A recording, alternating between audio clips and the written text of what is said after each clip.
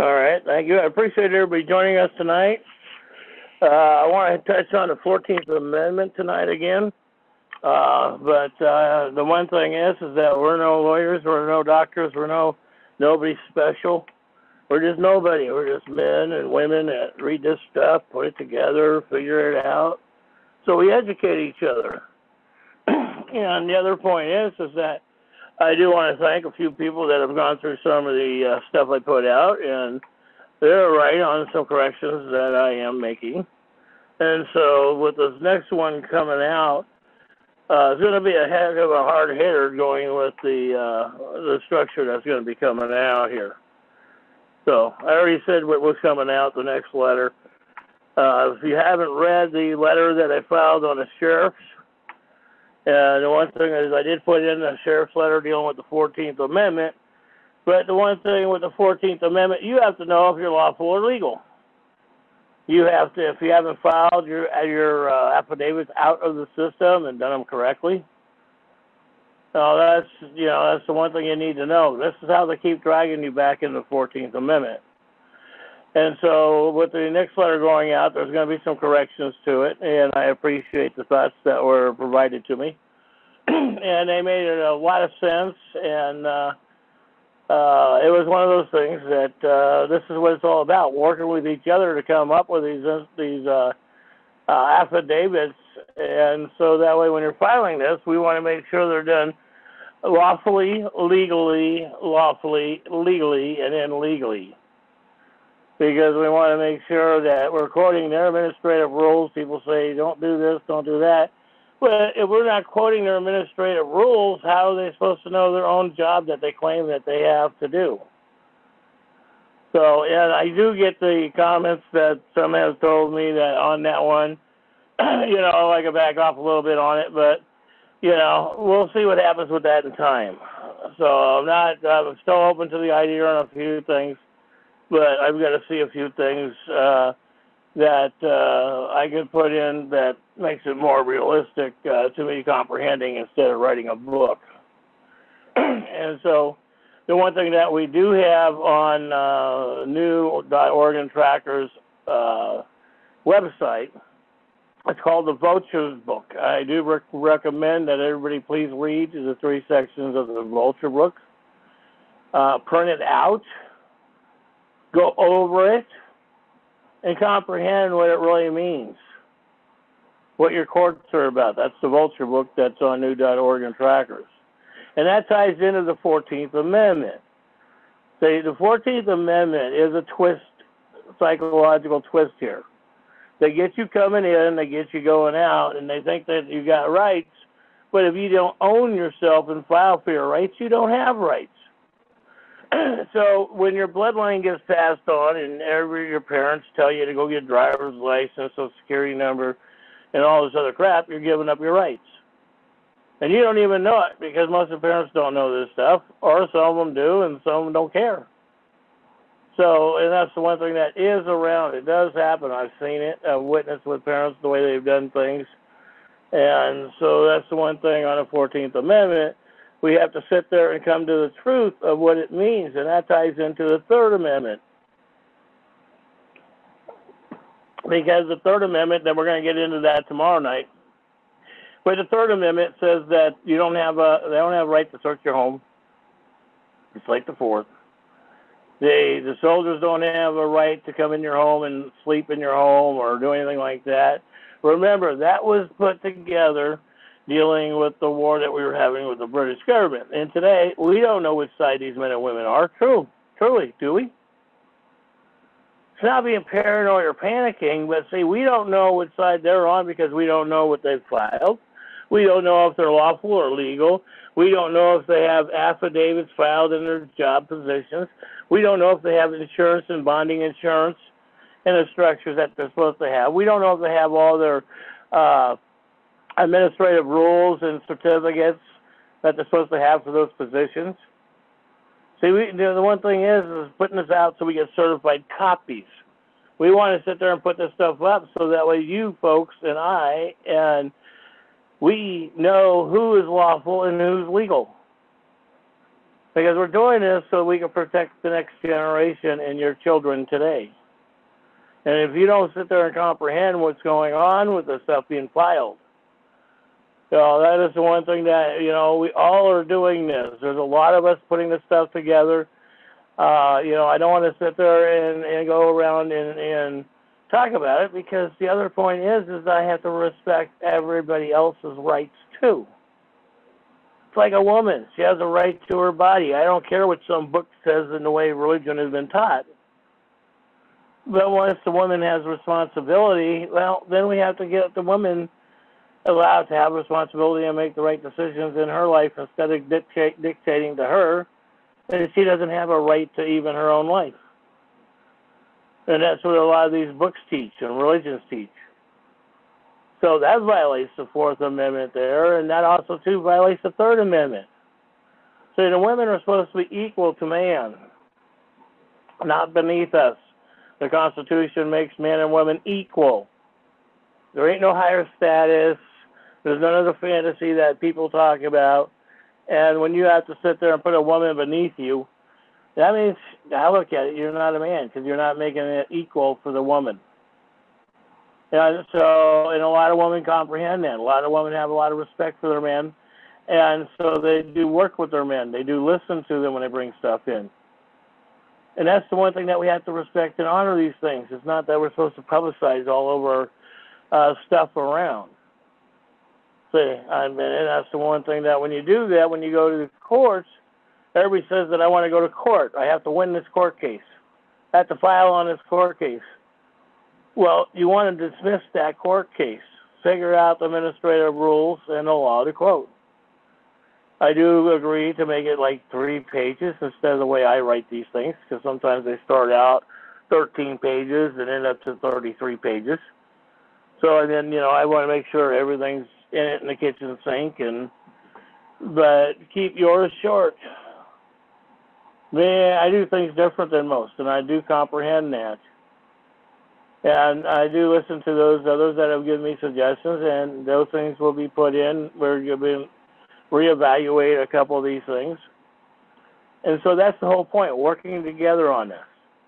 But we don't have to sit there, because we're supposed to be men and women, and we're supposed to respect the Constitution, rights of men and women, and the privileges of legal immigration. So if we don't have respecting one another on these things, and we have to have faith in one another that they're standing with the Constitution. They're not standing on their whatever corporation belief that they are, or from a foreign country belief. But get to know your neighbors. That's the one thing that most people don't know. I mean, it's interesting. I mean, I've all of a sudden got 7 houses right around my area in the street around me. All came up for sale here just in the last month. So, and it's interesting because I'm watching all these people move again. They've been around here for 3 or 5 years. And that's about it. It's interesting how that works. But it's stepping out of watching what goes on around you. Pay attention to your neighborhood. Pay attention to what's going on. Pay attention to what the city council is doing. People go, I don't want to deal with that. You don't have to deal with it. Just pay attention to the newsletters and what they're putting out and read it, comprehend it. Because they don't have the rights to raise taxes only if you are a Fourth Amendment corporation citizen. If you're not a citizen, then you have to file with them to get off that structure. And it does take a while. But don't fool yourself. You have to set it for yourself and your bloodline, too. Because, I mean, we're supposed to pass our soil to our bloodline or somebody in the bloodline instead of some foreigner.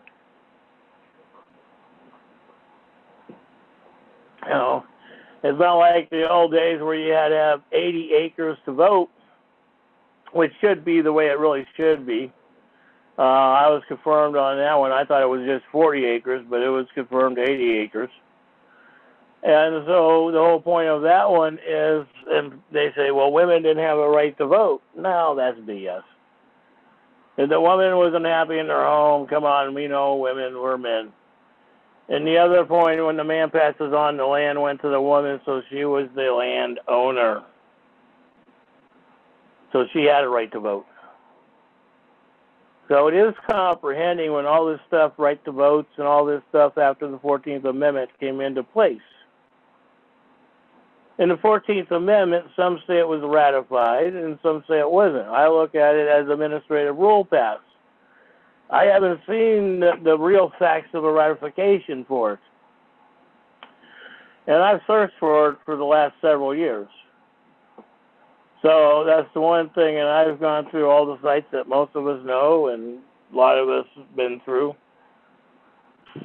And so the whole point of this is reading this stuff, learning how the fourth protects the third, learning how the third protects the fourth, and learning what the Constitution means through the whole structure of what it states, not what you think it says. All these people who sit there and argue going, the Constitution doesn't apply to you. If you're a legal immigrant, it does apply to you. If you're a lawful bloodline native, it does apply to you. That's the whole point of knowing your bloodline, knowing the circumstances of where you came from, what, why, and how. And if you don't know what, why, and how, and I mean, that's the one thing like I tell everybody when I talk to anybody. It's like, do you know your bloodline? And I've had people say, well, that doesn't matter. Okay, well, so you're an immigrant. I comprehend that. So you can read people, too, what they say, their attitudes, their words, their demeanor. So that's the one thing to pay attention to, those things.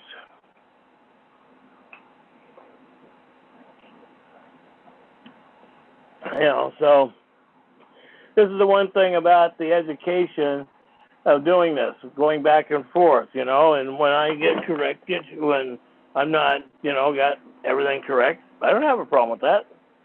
Because we're not supposed to sit there and argue about these things. We're supposed to be educating each other, working with each other, passing knowledge to each other. And that's what it's all about. I mean, I put up people's court cases, you know, on new.org and trackers. We put them on Facebook. And so that's the whole point, reading what the court cases are, comprehending what these other people are filing, comprehending how it works, what they're doing. So everybody's doing a lot of different things, but the point is when it comes down to it, when it really comes down to it, we're opening up a door to the court systems. And we have to realize that. And so when you're filing that stuff, you always have to put your corpus electi in that stuff. If you don't do it, that's how they dismiss your court cases. And you want to file your structure to get out of the administration of the 14th Amendment. But that's up to you. I've done it myself. I've already done all this stuff myself. It's public. It's even been filed in the House and Senate of Oregon. And so that's why I'm putting these letters out, because I'm questioning their authority. So, and that's what we have to do, is question these men and women's authority. So you have the right to question a judge's authority of administrative rules, of what he's standing up for or what he believes in. Also, too, you have a right to know the judge's religion belief. And if they try to say, well, we don't have to tell you something, nope. That's a violation of their own oath. Because if you pay attention, the court system, the legislative court system, is all based on religion. So that's the one thing that when you start paying attention to this stuff, how these things work, and how the arguments go back and forth in the court system, how these judges come back and dismiss your court cases because of something. But then again, if they do that, you have to write back to them, and you want it explained in layman's terms. And you have to write back to the judge, and you have to demand him to write it in layman's terms. Because you want to see in layman terms of how he made the decision that he made. Don't accept their decision. Don't accept their decision unless it's, even when it's in your favor, you would like to have that explained too. And that's how we have respect for our public servants in these situations. That's the one thing that is lawful or legal. If we're doing things by the Constitution and lawful structure, we have to support these men and women. That's like with how Mueller, all of a sudden he's getting convicted and indicted.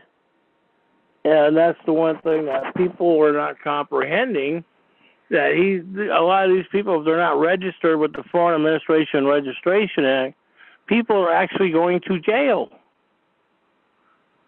And it is true. It's a fact. So, and remember, that applies to the 14th Amendment, too.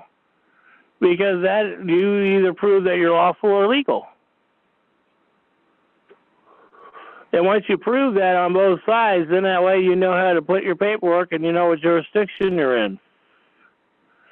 And the one thing, it doesn't matter if you're lawful or illegal. Illegals have no rights, period. End of story. The LCU sits there and lies to everybody because they get funded by the Queen of England, and everybody knows that. American Bar Association, August 27, 1871, founded by the British government in the United States of America. So that's where you challenge the jurisdiction.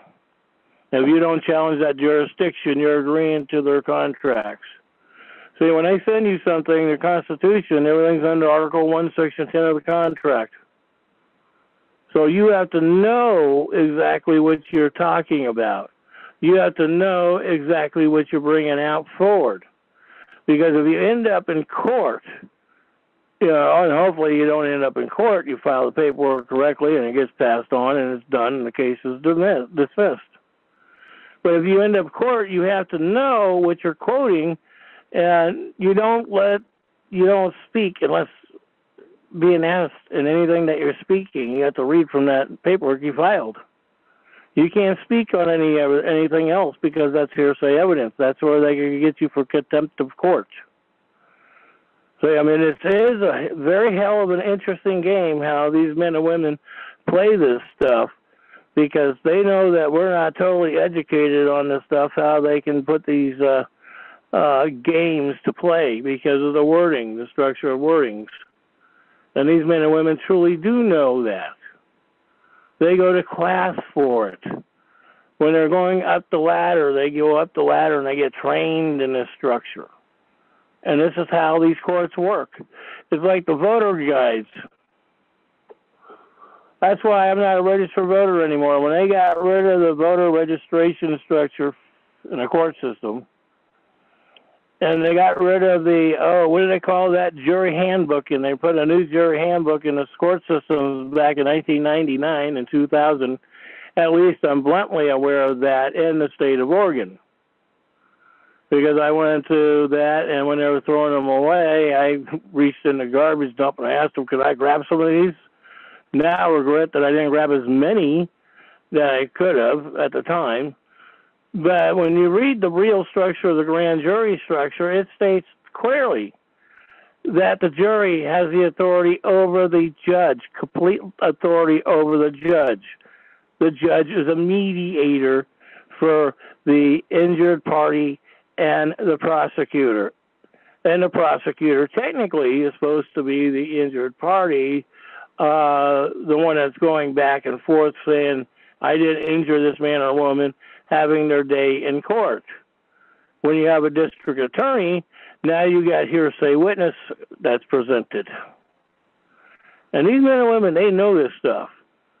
And so when we're getting more and more knowledgeable on this stuff, and we're putting this stuff out so that way people comprehend it. Because if we don't put this stuff out to educate ourselves and you and everybody else and learn the steps when, even when I have to come back and say, well, okay, I have to correct this or that. But that's the point of being a man or woman. You don't have to be afraid to say, hey, I made a mistake. Here, let me bring you the other points here. You make your best decision. Not your best choice. Decision. Because a decision means you're a responsible man or woman. A choice means it's the legal terminology that they can put you back underneath, the 14th Amendment slave. Then once you really comprehend the 14th Amendment and realize that that 14th Amendment is either good for you or bad for you, and you have to know how to sit there and defend that 14th Amendment for you or not. And so that was the one thing that got brought up to me that this afternoon is stay away from the 4th Amendment, because let them bring it in, and then that way you have the ammunition. And it's like, okay, that made a very valid point to me. And so that's the one thing that I want to bring to your attention, because the valid point is that you want to make sure you have the best case and the best ammunition how to solve the issue. So once you got the best case on how to solve the issue, and you file correctly, the case is dismissed or won, or, and if you do put in for judgment, that can be paid. And they know it. But don't forget, when you do this stuff, you have to file with risk management of the city, county, and state.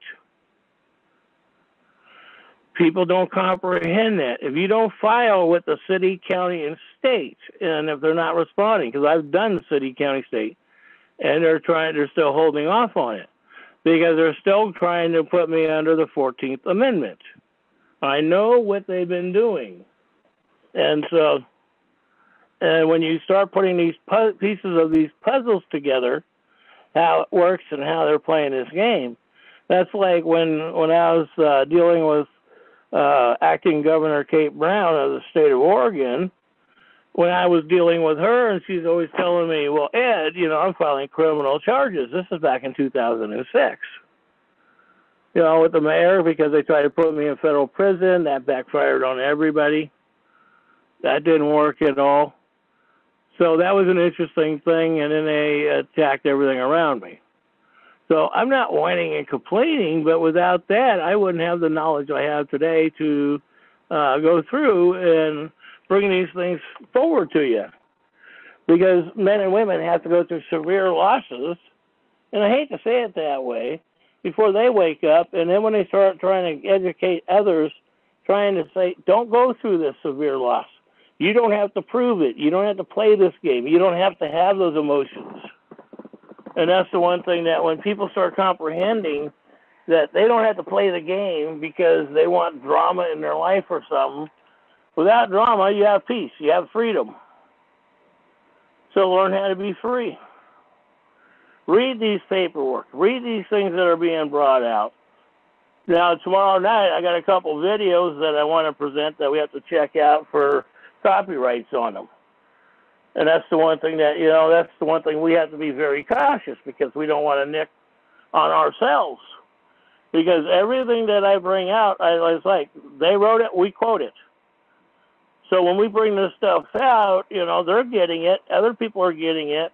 And so, we're not being, targeted in this stuff. And believe me, I do email Kate Brown everything that basically I'm doing. I do email the United States Marshals, the FBI, all the things I did on the sheriff went to the news media and the FBI and everybody. And the Department of Justice, too. Because that's the one thing about some of the stuff they're doing in human trafficking. And so seeing that, we're able to outline this stuff. And so we'll give the benefit of the doubt to some of these elected and public servants, the way they were educated, brought up by their families, educated in the college and universities they went through. I mean, we have to consider that realistically. So we can't condemn certain people, even though there's others we sure can. But some of these men and women that have gone through this education process, and that's all they know is what they know and been told and brought up in this, closed-in environment of education. But once they know it and you put it in front of their face and they don't get it in 60 days or, now maximum 60 days, start asking them, bring it up to them. I don't care if it's a college, university professor, the finance director of any state agency, county, city, or whatever, university. So you have the rights on these Freedom of Information Act and ask for the budgets. So, and that's the one point, you don't go after them on the budgets unless that way you could physically prove what's there. Then you give them the benefit of the doubt. So it's like when I went on and talked to Senator Roebland, and it's like the uninsured motorist fund, how the money disappeared. It didn't disappear. That's like the highway funds. You know, what was it, 2006, Oregon State Department of Transportation claimed they misplaced $500 million, and then after a couple years later, it turned out to be $3.8 billion. But did anybody go back and start saying, where's the money, question this? No. There were a few people that wrote letters and testified in public hearings on it.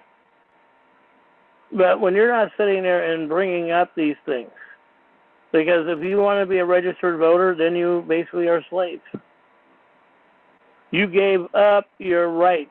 You became a 14th Amendment United States Incorporation servant. That's where, what do they say? That most people say, I'm a commonwealth. And if you live in commonwealth, that means you don't own anything. Commonwealth is the sheriff and the police departments deciding who's entitled to commonwealth. So we have to start realizing what the facts are compared to the administrative fantasies that some of us are living. And I mean, I get this stuff out to a lot of people, a lot of these children groups, you know, even Nancy Schaefer stuff. And believe me, I know about all that way back when and things, but that's not the issue. So, you know, one thing is that when other senators and state reps beside Nancy Schaefer was opening up, the media was blocking it, certain media was writing it, and I remember reading the posts that a lot of people put in the newspaper articles back then going, this can't be happening. They wouldn't do this. But did the other people come out and speak out? Not everybody did. That's the saddest part.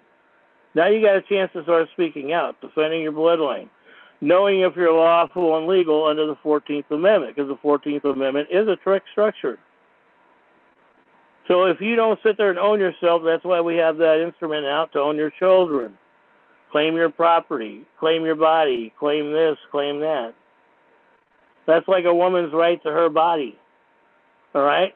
Hey, we have to give the woman the respect on those decisions that she makes. She has to live with them. There's some women, you know, do end up where they end up realizing some of their decisions that they have a complex, so they won't do it again. So the one thing is, all these people want to talk about faith and Christianity and religion bullshit. If you have faith, then have faith, and faith is not bullshit. So you have to have faith in your friends and neighbors and that structure. Because the only reason, the other point why food stamps was given out, because they don't want us shooting on the street, killing each other on the street. But see, the other point is seeing that they're doing this, they're coming back at you and say, well, we need to raise taxes to cover this stuff. How come people are not growing food on the churches, the city properties? You know, I remember growing up when the city properties, some of the city properties in California actually had vegetable gardens in the city property. Some of them all had pears and apple trees and a couple other fruit trees around the city property. And then in the 1980s, they were cutting them out, taking them out, 90s taken away. And see, then they put us, people don't realize, we used to have stuff that grew wild all around us, but when they sat there and took the forest down, and, you know, people are saying, because if you know anything about real forest history, you know, if you comprehend what it's like to drive in a forest with a four-wheel drive, that, you know, they got all the trees, and you can go right between the trees. You know, you can sit there and drive for miles through the trees, and then when they cut down all the forest and logged all this stuff, and they planted all the trees closer together, and then they go, well, it's better for the deer. Well, yeah, but sometimes I wonder who's planting the deer in those regions. See, does anybody think about that one? Question that. Because, see, when they log the areas out, the wildlife gets extinguished. When a fire happens, like what's going on in California today, all the little animals, deer and elk, they're extinguished. They're gone. That whole generation literally went up in smoke.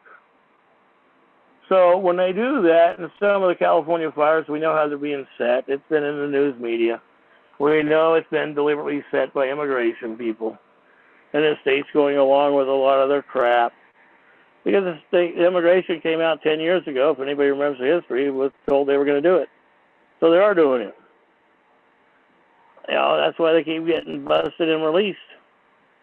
But Californians are not writing the complaints on these structures. They're waiting for the system to do some prayer thing. Because the citizens of the state, and I use the word citizens, under the 14th Amendment, file on them. So that's the other thing. You can do it lawful or legal. But you have a right to file on them. That hopefully that there's a lot more lawful out there than legal. But see, that depends on your stance on the 14th Amendment, and then that comes to the 3rd Amendment that I'll get in tomorrow night. And so when you realize how these amendments in the Constitution works from one amendment to the other, and how it affects you personally, to know how they work. Our forefathers were not foolish and stupid, because a lot of the forefathers that wrote this Constitution came from foreign countries. They left this stuff in their foreign countries. They realized that, and they realized when I came to this country what the natives had, what was really going on here.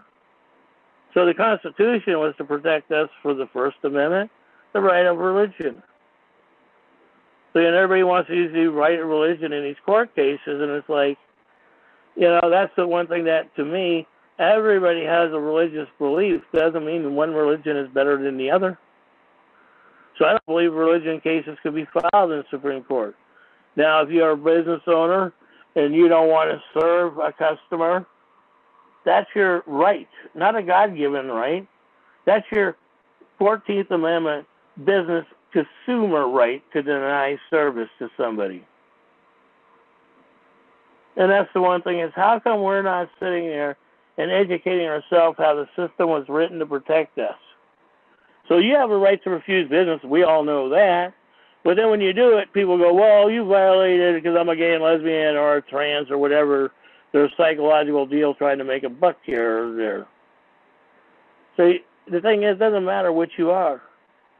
I have the right to deny anybody that, you know, I don't want to deal with. Same with you. And that's where these amendments come in place, protecting us. That's where the 14th Amendment sits there and either lets you, when you go to court, and a judge knows what position you're in. See, if you didn't file your paperwork to let the court know what position you're in questioning his jurisdiction, and questioning the administrative rules, and asking the judge if he has a constitutional oath. Is he certified and filed with the judge to prove it? You have to ask the court system to prove it and the clerk to prove it. So when it comes down to it, you have 3 departments, right, send it out to people. So, and I want to make sure that these people comprehend what their administrative rules are and what they have to apply. And see, when people years, because if anybody knows back 20 years or 30 or 40 years ago, the clerks used to help people do their paperwork. Well, this is one thing that people forgot. Some of these clerks were sued because, you know, the people, when they went to court, didn't know what the clerk filed on their behalf. So when these clerks got sued, you know, I mean, this goes back 20, 25 years ago. These clerks were being sued across the country because they were helping men and women do their paperwork, and the men and women didn't read it, they didn't comprehend it, they didn't understand it. So the judge tore them up, threw a case out, and that employee was fired. Couldn't get a job anywhere in the country. And let me tell you, these men and women are smart. They've got this down, and a lot of you people know it too. So it depends on what position in this country you are, lawful or legal. And if you're lawful, you have to file for it. And people say, well, why do I have to do that? Well, how do we know who you are? That's the one thing people say, well, yeah, you already know who we are. No, we don't.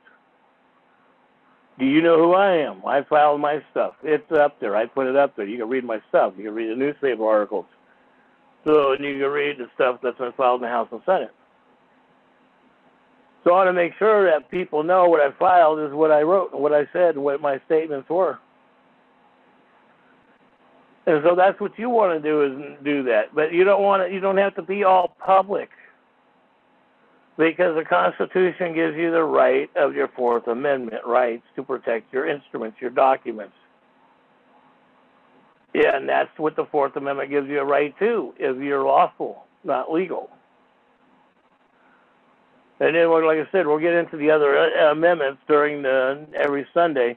Because I don't want to start getting into them now, but I want to start going through them so people can start comprehending how these things work, how they are designed to protect you, or to give your rights over to the corporation, the United States Corporation of England. We all know that the United States is a corporation. We already know, 2303. So when we already know this stuff, and we've got this stuff down, and we've got this stuff put together, now we need to start making sure the children and others are really educated in the structure. And you can't go out and help people when they don't want help. And that's the one thing that people have to completely comprehend. Because you can sit there and beat your head against the wall trying to get people to understand, but if they don't want to comprehend, it ain't going to work. And see, that is the one thing that people need to realize, how that works. Because you can sit there and go ask and tell anybody what's going on, but if they don't want to believe it, they don't want to read it, they don't want to prove you wrong or right. That's the whole thing about all this, is knowing who's telling the truth, the facts. That's why when it comes down to it, if I make an error, I appreciate the men and women that says, hey, Ed, reevaluate this. And I've done that for other men and women when they sent me their stuff to look at. Because we all look at things differently than somebody else does. We all have similar knowledge of it. And sometimes we don't see exactly the writing on the wall until somebody points it out in another point of view. And you go, hey, never thought about it that way. So, this is the beauty about all this, about working together and to bring all this stuff to light. And that is the one thing that I want to thank a lot of the men and women out there who we've, been batting this stuff back and forth. You've brought up a lot of wonderful ideas. And so, yeah, I'll be doing that in other instrument. Yeah, I plan on having that out here really soon. And so, yeah, I have to reevaluate it, which I'm going to be doing here in the next couple of days, because I have to go through it a couple of days to make sure I really evaluate it. But see, this is the beauty about it all. This is how we're all working together and comprehending how we can sit there and bring this information forward. So like I said, when I email this stuff out, it goes to the agencies, it goes to news media, it even goes to Lars Larson, Portland, Oregon, and I even put this stuff on the City of Portland Facebook sites and websites. So I just sit there all day long, and I'll sit there and email it out to a few hundred of the city and public employees out there, corporations, restaurants, bars. So I don't sit there and pick anybody or have anything. I just go along and pick out names out of the phone book registry or Facebook and send it out. And that's how the stuff is getting out there, because people are sitting there going, huh? I've had some people that, come back to me because they don't comprehend it. And then when you explain it, and all of a sudden it's like, okay, now they want to read it. Now they want to investigate it. And so people are opening their eyes up more than we realize. So that's why it's so important on the 14th Amendment to know if you're lawful or legal. And you got to realize that you have to sit there and file it, get out of it, do that. See, they're not going to do it for you, and they're going to fight like hell to keep you in it. I'll tell you that, personal experience. I'm still living that personal experience dealing with that in the county. I know that things have been compromised, and so I've had that confirmed. So this is the one thing to know this stuff, and they know it. So I'm just looking forward to get this other one out, and then I'll get the ones out to the cities. That's going to take me a while. That's going to take me a long time because that's 210 cities in the state of Oregon. But I am revamping and redoing this when people are bringing stuff, so that way when it gets down to the others, it's going to be a straight hitter for them because of their employment. So that would be a decision for them. So anyhow, I've gone on a little long here than I wanted to. Let's open up the floor because I don't want to have a real late night tonight, because tomorrow night is going to be one that we're going to hit a good one on the Article 3. All participants are unmuted. Floor is open. Hey. Go ahead. You hear me? Yep. Yeah, just thinking about the amendments. Thinking about the grand jury. It says in the grand jury, you're entitled for capital offense of indictment by a grand jury. So they put that in there to make sure that you don't get some rogue, DA or something that's going to take somebody down, some heinous crime, right, without proper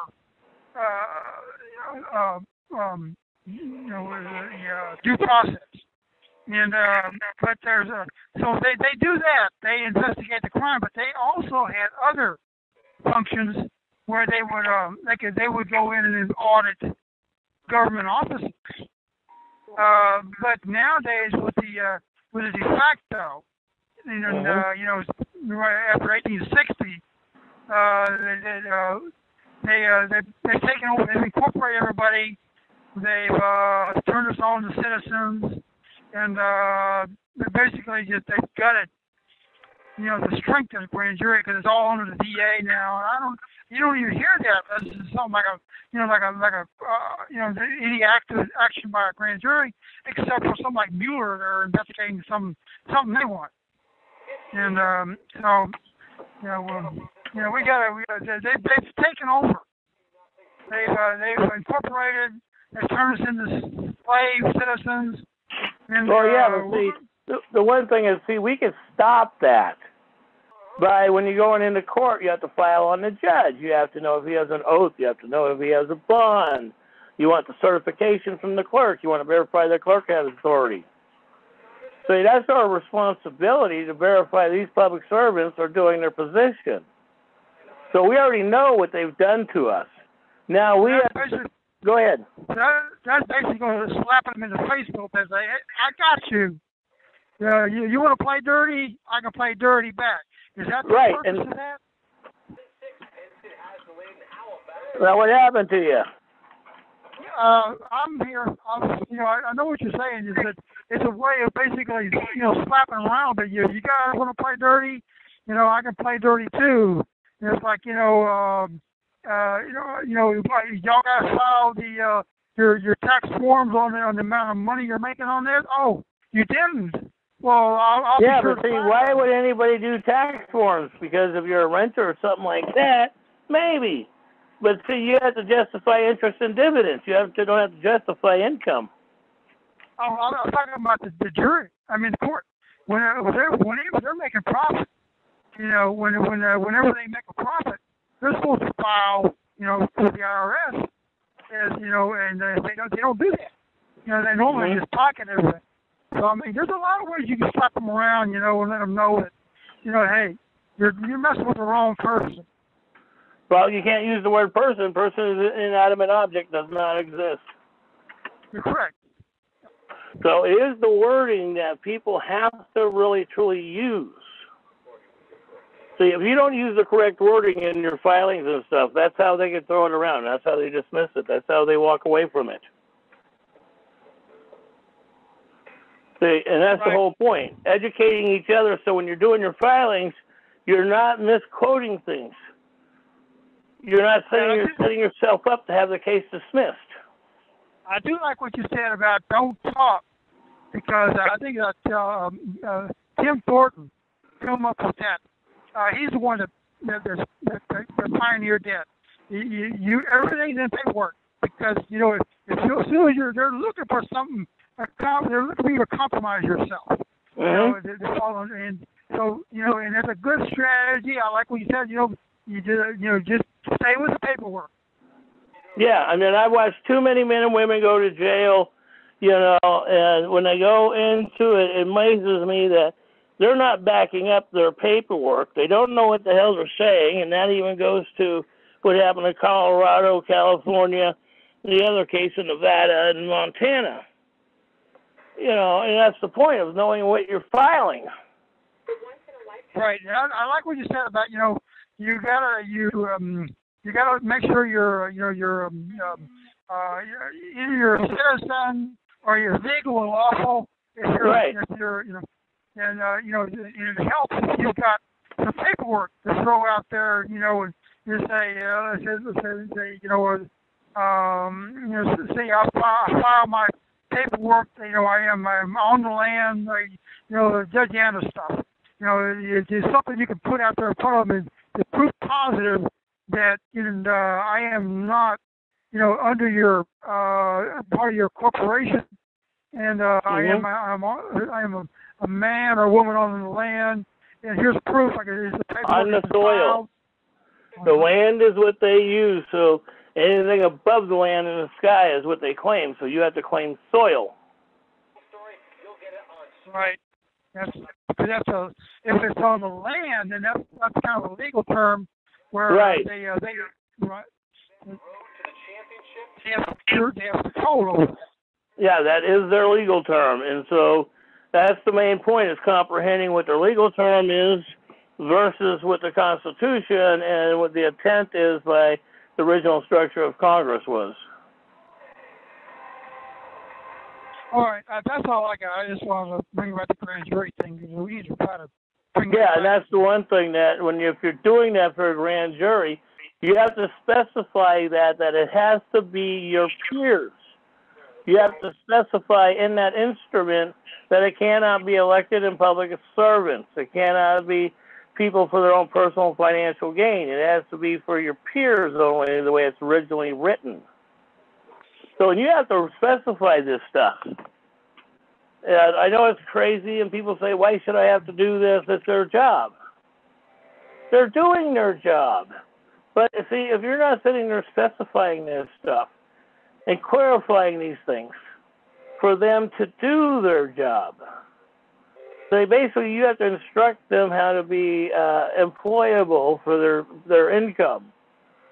So if you're not instructing them, they're going to go right along with the system, and everybody says, oh, they're corrupt and all this stuff.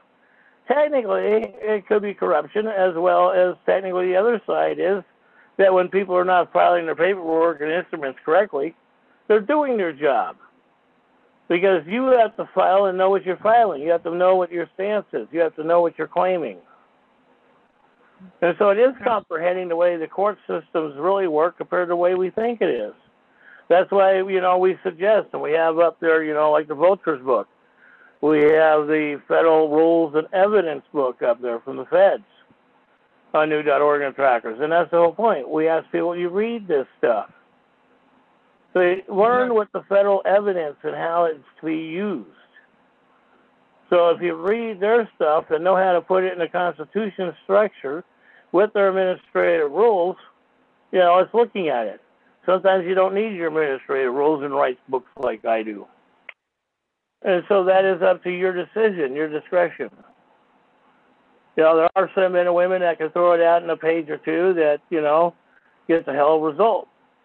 And there's others of us that do it the way we do it, and also, too, we haven't thought about, how to sit there and combine everything from 30 pages to 1 or 2 pages. So, it's all a learning process, and that's what we're doing here today, is we're still educating one another on these things. So anybody else like to add something? Or you want to come back and say something else, John? I yield. Okay. Anybody else would like to speak up?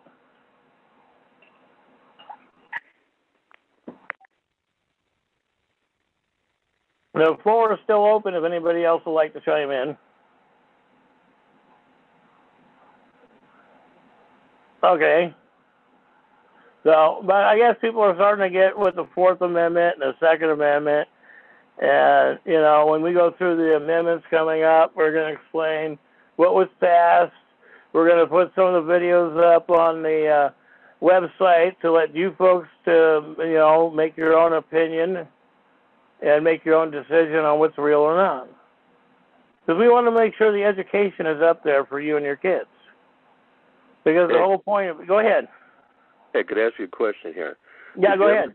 Do you ever think that you got to handle a case 2 and 3 different ways, the same case, because there's 2 and 3 answers to that case? Mm-hmm. They put in the rules so that it can be handled either way. You can go to a case and look at it this way and a case and look at it that way. In order to beat the system, you have to look at it from all kind of different ways and be able to turn every so often into that way of handling it. Mm-hmm. You have to get them to fight each other. Yeah, no, that's a very extremely valid point. Right. Now, the point what I was saying is once you got them fighting each other, once you know both sides of the question, or 3 sides, or sometimes could be up to 6, that's why it's the 6th sense. If you know how to turn that case around in every way, they're true and they're beaten. Because the laws are not fair. We all know that already. Right. They're ready to beat you in all different kind of ways. But if you can get them into catch-22, there's not much they can do except settle with you or let you win or just dissolve that case. Right. So basically, the people are only looking at it from a legal standpoint. Now, the other standpoint is like we talked about fraud upon the court. Right. Nobody taught that the cases that they use against you and the precedents could be forged. Mm-hmm. So when you get into that case, you could ask for that tape and this tape and that tape. And if they don't give it to you, then they're not giving you due process. You overturn that case because they can't afford to fight you because you know the system. Right. So that's your basic way to get out of here because it's not a fair thing to do. But once you learn the tricks of the trade, they can't beat you. Mm-hmm. Just like they said in football with Bear Bryant, he can take his and beat you and then take yours and beat him. Well, that's because he knows the 2 sets to the system. Right. But I would go through a case. Even if I won it, I wouldn't consider myself the winner. I'd go look at that case again and see how they can turn it around and appeal. And basically, you're better off going up against a judge than you are a jury because they can fix that jury. And don't forget, the jury doesn't control anything. The judge controls that jury. Yeah, at this point, yeah. And the judge is just a referee. See, so in other words, it's like extensive and intrinsic fraud. You can fraud each other left and right, and he don't care. Mm-hmm. Once he gets frauded by somebody in the profession, then he's got to bring the fraud out. Right. So basically, there's different kind of ways to handle a case. You could be correct totally in your case and still lose that case. Right, yeah. They're banking basically on the law. They're not basically on what's right and wrong in their point of view. Mm-hmm. So you've got to study a case. And you usually can't have a lawyer because a lawyer, his main servitude is to the court system. Right. And you have no rights when you give it over to a lawyer. Right. Then when you take it as far as the Supreme Court, they're screwed because you're making a law. They can't hold you to the Bar Association, and your First Amendment right will be upheld. And once you uphold that right, everybody's got that right. Right. So that's basically most of the interest what most of these people don't understand, that it's a game. I started learning this about 4, 8 years old, stuff like that, and started seeing how the game was played. Because at times you can't even trust your closest friend, your closest lawyer, your parents, or anything to give you the truth. You've got to know it yourself. Oh, I know that one. I've learned that about attorneys, too, that were so-called my friends. So basically, you can win almost every case against any lawyer that's in there from Cambridge to Oxford to anywhere when you know how he's got to play the game. Mm-hmm. You just got to pick up the books and look at, when you win your case, you got to go back into that case and see how they're going to come at you again. Because with a jury, they appeal most of the times, and the judge is still running the show. So you're better off taking the judge on at the same time. You know what I mean, Ed? Yeah, I do. So because then it's harder for them to change things because you're taking the authority on it. Well, and that's why I suggest with people filing on a judge, get his oath, get his insurance bond, see if he's licensed and registered. If he's licensed by the bar, then he can't be a judge. And people have to know these administrative rules that they have on the books. So you're saying the correct thing. Go ahead. Yeah, so what I'm saying actually is you can almost go into every case and overturn that. You could actually bypass the lawyer by knowing 3 or 4 good things when you walk in that door and ask that question. Your case is over. Because the main issue to show is fraud, because they're always going to fraud you. So that's why you always want, what is that, conflict of interest statement? Right. See, so when you jump into a case, you can win that case immediately, but you got to win it with the simplest clues and right from the beginning. You can win almost every case, because even a murderer's got to be let go if you can prove that he was frauded. Yeah, and there are cases that have been out there that have done that. Right. Now, another thing we say about Trump now, you know, that everybody's going through a hocus pocus here. If they would just realize if the Pfizer report is wrong, none of those guys convicted here is guilty. Everything's tossed out the door. So, in other words, Trump is not really even on trial. No, he's not at all. No, and neither is Hannaford or the rest of those guys that are with him, because if they show that it all came true fraud to do this, then their cases are thrown out the door, too, because it originally started with the fraud of the Pfizer report. Well, yeah, that's what even Trump said when he ran for office. I played both sides. I'm here. Don't you get it? Yeah, see, he's doing a part of a businessman, and this is a corporation, this country. Right, so and that's what he's bringing it back up. Right, so what you basically got here is whether you're a Democrat, a Republican, whatever you are, you're a politician. So basically you got to realize that if you realize when Clinton and Bush came out against Trump, they're going against Trump because he's a businessman and he's not going along with the game that they're playing. And they see the end of their line. You know what I mean, Ed? Yeah, I do know what you mean. So basically what you got here is there's really nothing to talk about on TV or the Fox reporters or anybody else. They're good, and they're with Trump. The other side's with the other guy. But they're also just giving you heebie-jeebie stuff and mumbo-jumbo, because those is already over if you know what you're doing. Yeah, and the game was already over when not only that, and people didn't comprehend when he fired his own attorneys that didn't register with the 1938 Foreign Administration Registration Act. Right. Not only that, is they think that Trump can't keep a White House together, but see, he's dealing with a situation where that everybody's political, the Republicans, the Democrats, and they're all used to doing it the same way. So he's trying to field his own team.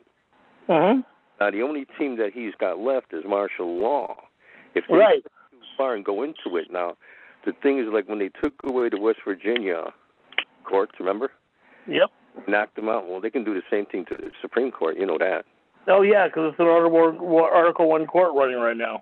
Right. So when he comes in, and if they force him into a martial law act, if what he's controlling, though, too much of being controlled by some of his attorneys who have to stay in the game to make a living and do what they're doing.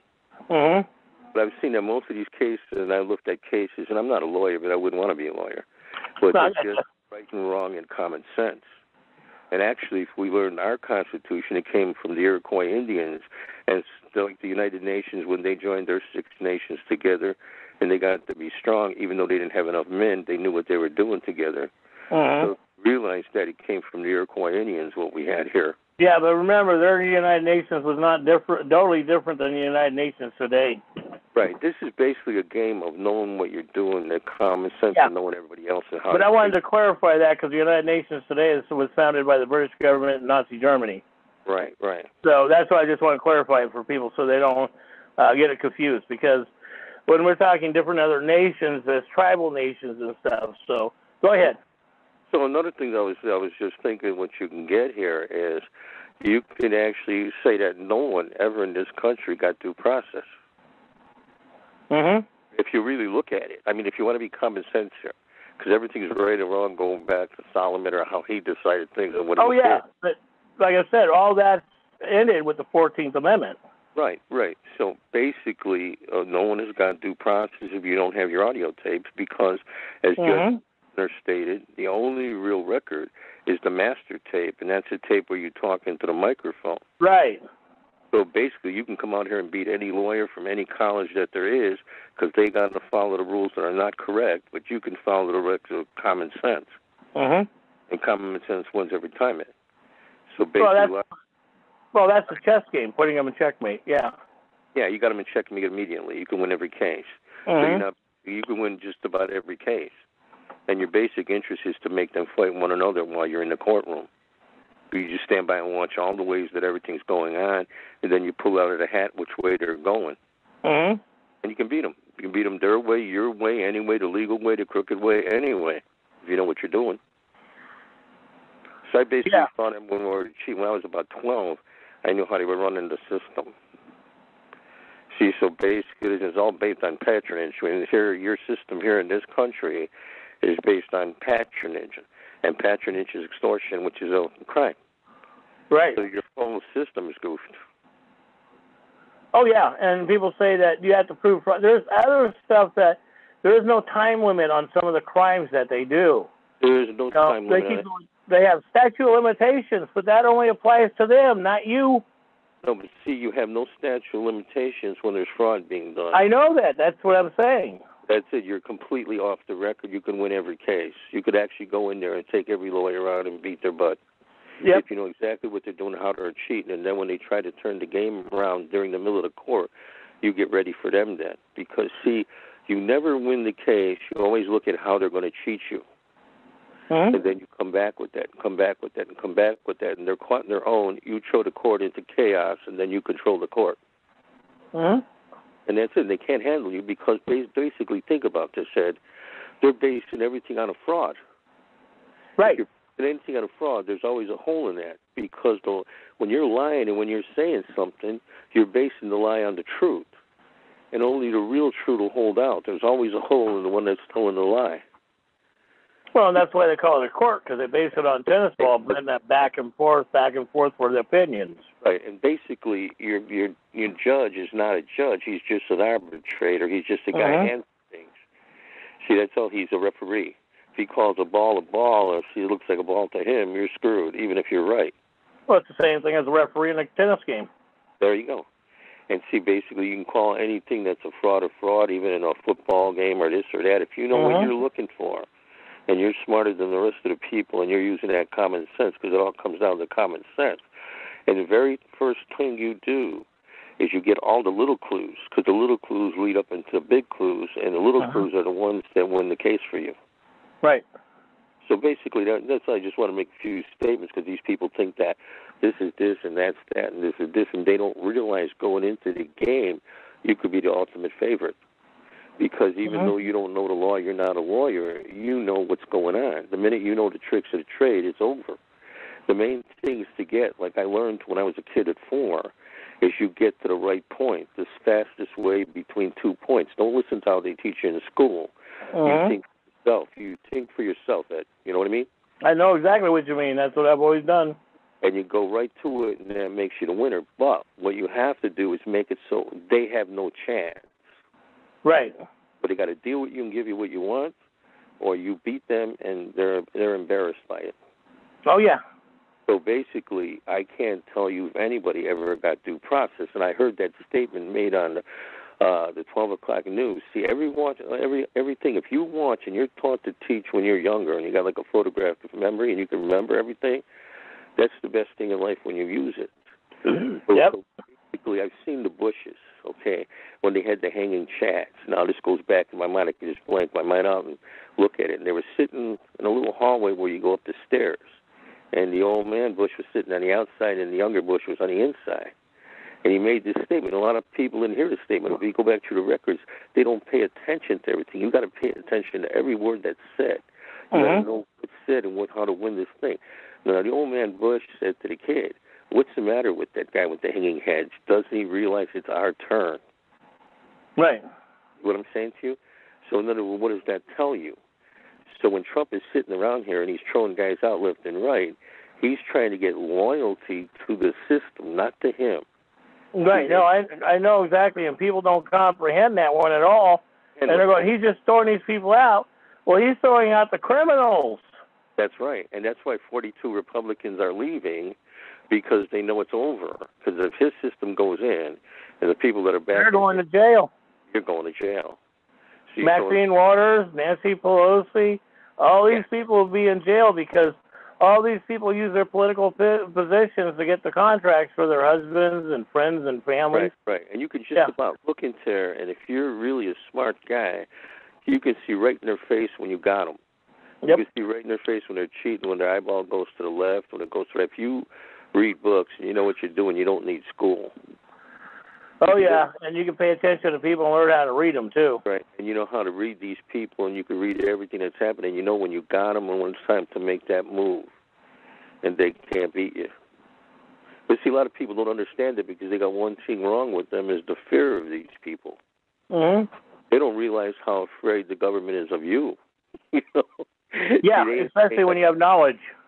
Yes, and knowledge is a very easy thing. But see, if you're a genius and you go out there and you talk all high-class words, no one's going to know you're a genius. You got to base it down, break it down to the people on what's what, and you come up with the right answers all the time, and just give your recommendation onto what's happening. Uh-huh. But I've never seen a really totally honest case. Yeah. I mean, I'm afraid to say it like that, but I've never seen one. But I've seen one that you can win all these cases. Right. And basically, as you look into a lot of cases, probably yourself, just go by it, you can see that in every case you can win it and lose it the same way. I mean, it's fair for both sides. Mm-hmm. So what you got to do is go in that third way and have both of their ways against them. You win either way. Yeah. No, you got to read between the lines. Yeah. If you can't read between the lines, I was doing that when I was 8.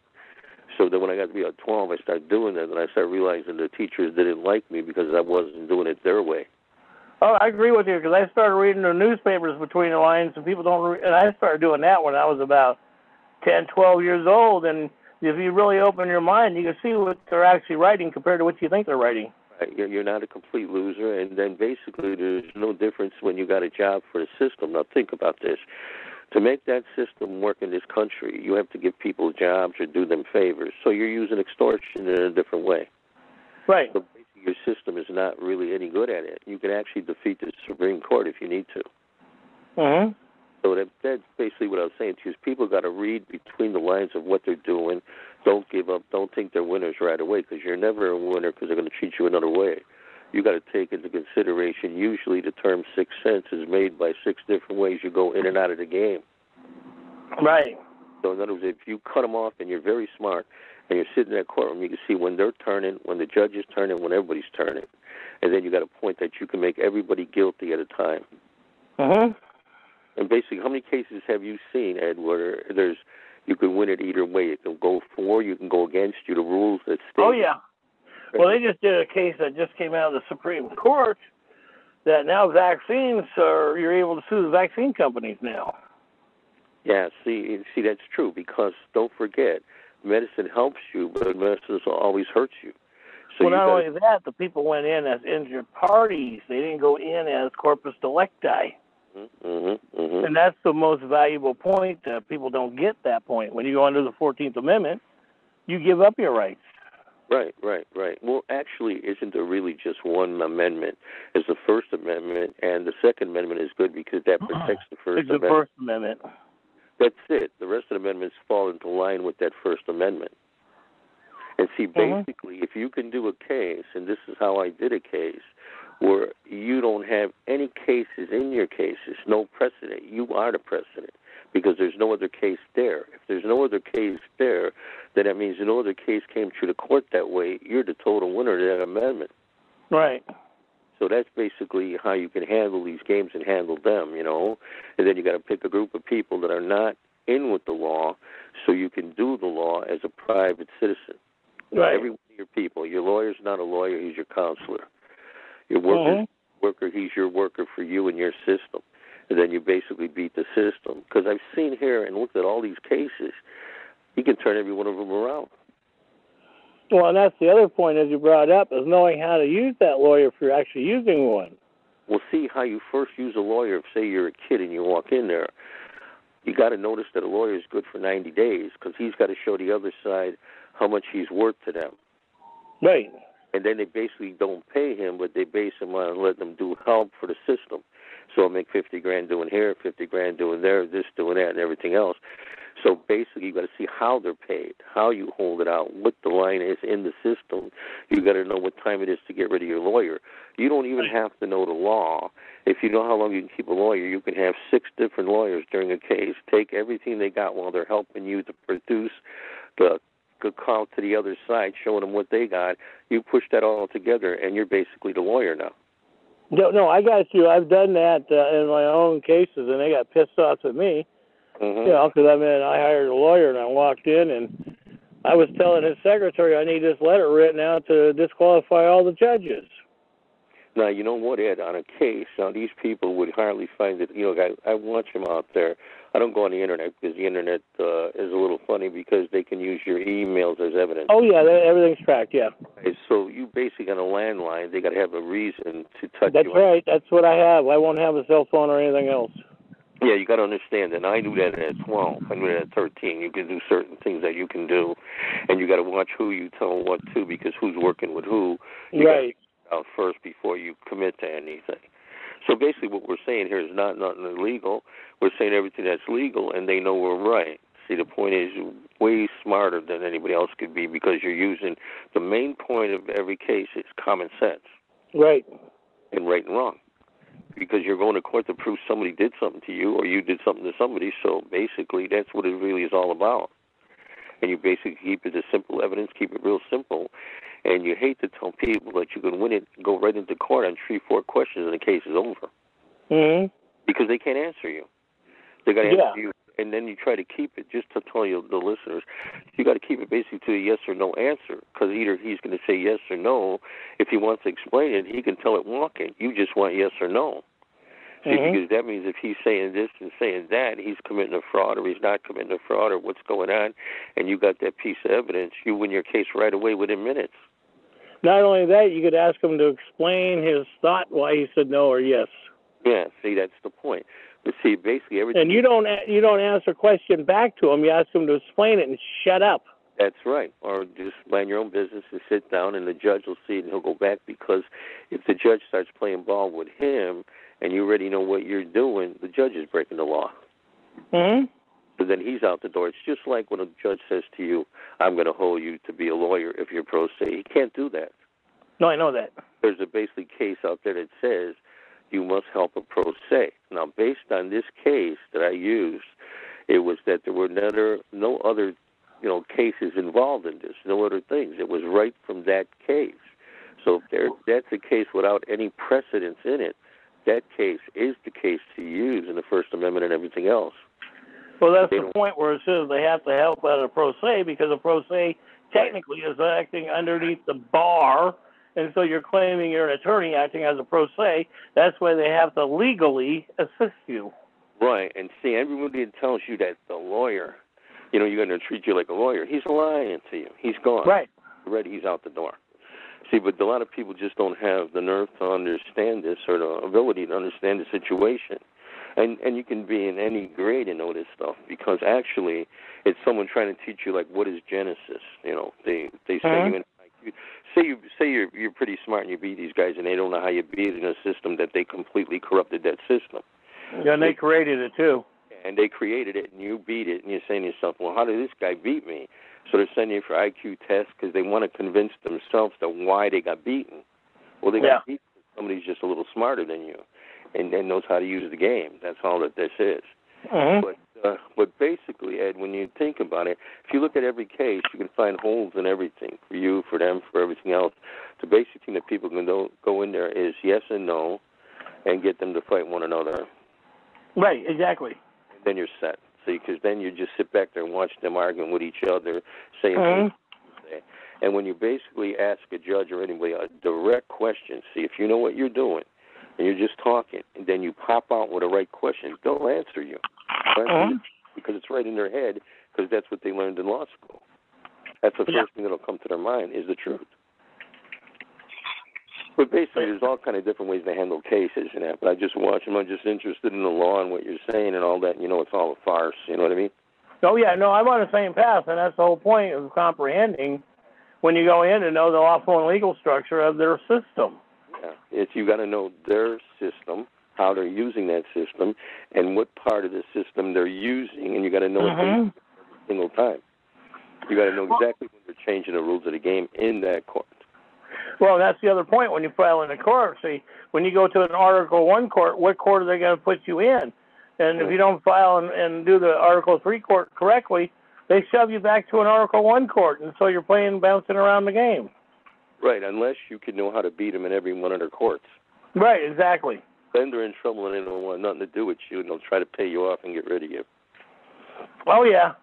Yeah, or know. you just fade off and they don't have anything to do with you. Right, and they don't want nothing to do with you. And basically you go in there looking for help, acting like a regular person, and they, over-exempt themselves then. They take more power than they should have, and they're true then. Mm-hmm. So basically, I was just saying that we were talking about grand juries and this and that. There's a way to beat the grand juries, too, because the grand jury is just a setup to get you into court. Oh, yeah, no, that's another point. Right. So I'm glad you brought that point up. Yeah, and if you beat the grand jury, you can beat them. So basically, the law, what is the law? I'd explain that to me right now. The law is what you want it to be. Mm-hmm. So basically, you can beat them at every turn. Yeah, well, see, that's the whole point that people don't get that the forefathers gave us with their Constitution. It's the only contract, including under Article I, Section 10, under contract law. And everybody goes, well, this applies to UCC and international law. No, it does not. International law didn't come in place until 1963. So if you want to apply to international law, you give up your rights 100%. You're not an American. You're a British stoolie. Go ahead. You just let them run the game. Right. And then when you run it far enough and have enough rope, they hang themselves all the time. Mm-hmm. Because they got to go around and around in circles and go which way they can win. And in the meanwhile, they're changing the game. Yeah, Gene, let's see if anybody else would like to sound off for a minute. If not, we'll come back. Yeah, it didn't want to bother you, but I just wanted to... No, this is a great conversation for people to learn, but let's see if anybody else would like to throw something in, and if not, we'll come back and continue. Okay. So anybody else would like to speak up or throw a thought in or think about what me and Gene have been talking about? What do you think?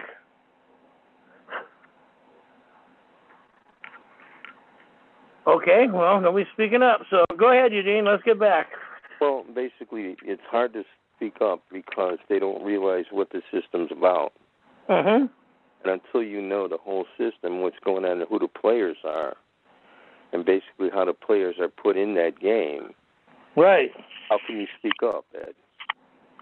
Well, and that's the other point that people cannot forget. Religion takes a lot into that game. Right, right. And you've been watching it in your Supreme Court cases in the last 2 years. Yeah, I don't even know why they're all in court here, and they're sending this guy to jail and that guy to jail when their lawyer could have basically got them out. Now, you could have the best lawyer there is. He could be your best friend. He could be the best guy. But all somebody's got to tell Trump is, hey, guy, you're out of this because they frauded. You're not even in this game anymore. Mm-hmm. What Mueller can do. What can Mueller do, actually, if there's fraud? Yeah, Miller can't do anything because he's already got his hand wedged in the cookie jar and he can't get it out. It's stuck. It's stuck. See, he's got to come up with something. And then, basically, I'm not knocking anybody because I know the whole game that everybody's playing, and they're brought up into these rules of playing these games. So he's playing by the rules that he learned and was taught when he got in there because he was, a federal FBI guy at one time. You can hook him up for any kind of fraud that happened when he was there because basically the person who is in charge of everybody else is guilty of their crime. Right. And that would come back down to this then, Ed. All of us are guilty or having them cheat because we put them in through voting or fake voting or whatever you want to call it. Right, and not only that, that's why you're seeing a lot of them retiring and resigning right now. People are going, well, what's going on? And it's like, that's part of what the indictments are and stuff, folks. They're making plea bargains right now. Right. And like in Trump's situation, not to, whether you like him, you don't like him or not, he's the best thing that happened to these people because he's a businessman in a political game. And he's bringing it back because don't forget this country is based on a corporation. So you can't have a political person running a corporation because they don't know what they're doing. They're just benefiting their solicitors who put them in. Right. And that's the main point that people don't comprehend. So because we've had a 4,000% increase in government funding and structure for the last 40 years. It's like all these watershed projects that started up across the country. They were university students, couldn't get a job, so now they get paid to run watershed projects. Right. And that's just to waste your money so they can take your money because every time let's face it this way, I'm not against them, because if they found a way to win the system to do what they got to do, God bless them. Mm-hmm. But, you know, if they found a way to beat the system and make money off the system, okay, I look at it, there's smart people in their way. But don't pull it on me, because I know what you're doing. You know what I mean? Don't play that game, because you exactly know how they're making money. Like when they give to the Red Cross, give it to here, give it to the animals. Yeah, and the Red Cross is the British government, folks. Yeah, they're always taking their cut. Oh, yeah. Like Salvation Army is run by the Rothschilds and Fairchilds. Right. So right. is, what is that, Goodwill. You got to realize that these non-profit agencies are actually run by the guys that are taking your money on both sides of the coin here. Right, right. Whether they win or they lose, they're still getting money. Mm-hmm. Whether they win or lose the case to you, they're still getting money, Ed. Yeah, I know. So basically, it's just a game that's working. You're playing the house.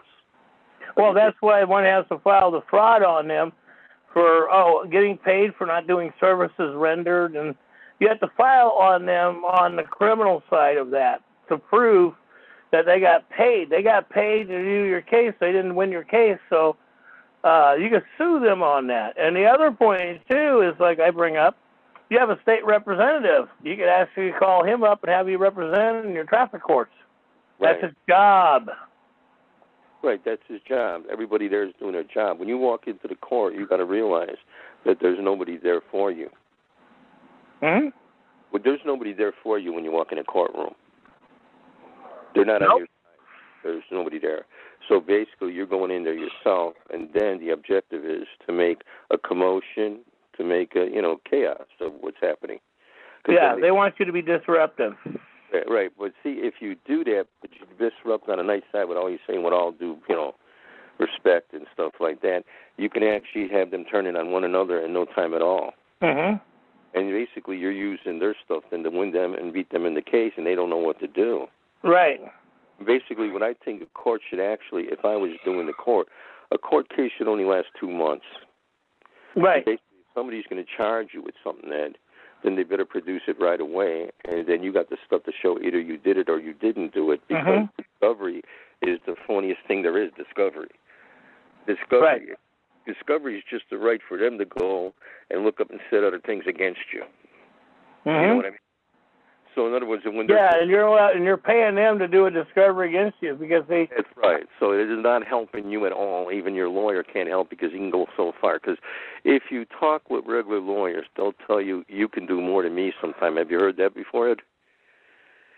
And I've had it with certain people, they couldn't even help their brothers and sisters because you're getting in with the same kind of group that's running the other shit out there that's going on illegally and that. Right. When I did my discovery Freedom of Information Act against the sheriffs, everybody wants to charge me this wonderful amount. Well, I got I'm emailing them all back and going, well, I can't pay this amount because federal and state law says electronic transfers could only be done by you, not me. That's right. So in other words, they're trying to set you up to be in a fraud so they can come and take you down.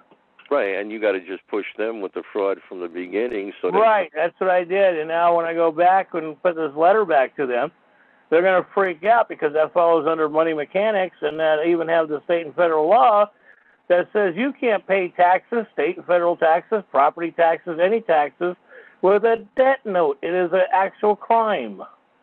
Well, you know what I said? That's why I was talking to you now and just throwing it out there, is you can see why they're all against Donald Trump. Because you can see why they're all against Donald Trump. Because he's bringing in a new system that's against Republicans and Democrats, the way they've been playing that game. So well, he's not bringing in a real new system. He's actually bringing back our system for us, so long as that we're able to start standing and doing this correctly. Yeah, but you see, it's a new system because the people that are just born in the last 20 years or 30 years, they don't realize this system goes all the way back. The world goes in a circle. See, I comprehend that because of their education. That's why they bring back certain movies like Murder on the Orient Express or right. this or that, because they're just bringing back new, fresh ideas that other people haven't seen. They figure the other people have died off by then; they don't remember it anyway. Right. So that's basically it. So, you can learn more from the television and watching old shows than you could do from a lot of other things. And then from But you got to read the book like on Sun Tzu. You got to read the book by the first guy that was out there that knew Sun Tzu or knew the first things about him, because the other ones change history down the line. Just like when you talk to 12 people in a row, by the time it gets to the 12th person, the story's all changed. Right. So basically, when you're going to school, you're learning what they want to teach you. Mm-hmm. That's all under. And that's why the courts call it hearsay evidence. That's right. That's why you can't use the papers, use this or that. But you can use certain things in the paper that are natural quotes by these people. They don't know how to use it. Because if it's a quote, you can use it out of the paper. But you can't use it if the person's just saying something. You know what I mean, Ed? Yep, I know exactly. Yeah, well, basically somebody else can, brighten you up on this. Tim was supposed to be with me today, but I guess his phone couldn't reach your line. I thought Goldie would be on, but she's not on. But basically, a lot of this is so simple that people don't realize it goes beyond them, because they're looking at a rocket ship to the moon when it's right in front of them. Yeah, and that's the one thing. I did send Tim a whole bunch of stuff, and that's what he said he was going to go read it all, too. Yeah, he will read it. This guy does read it. He's a reader. I've never written anything. I always kept it in my mind. You know what I'm saying to you? Oh, yeah. But see, I mean, like I said, I do, like I said, the research I do and bring this stuff up. And that's where, people try to sit there and say, you have to do it on the private sector.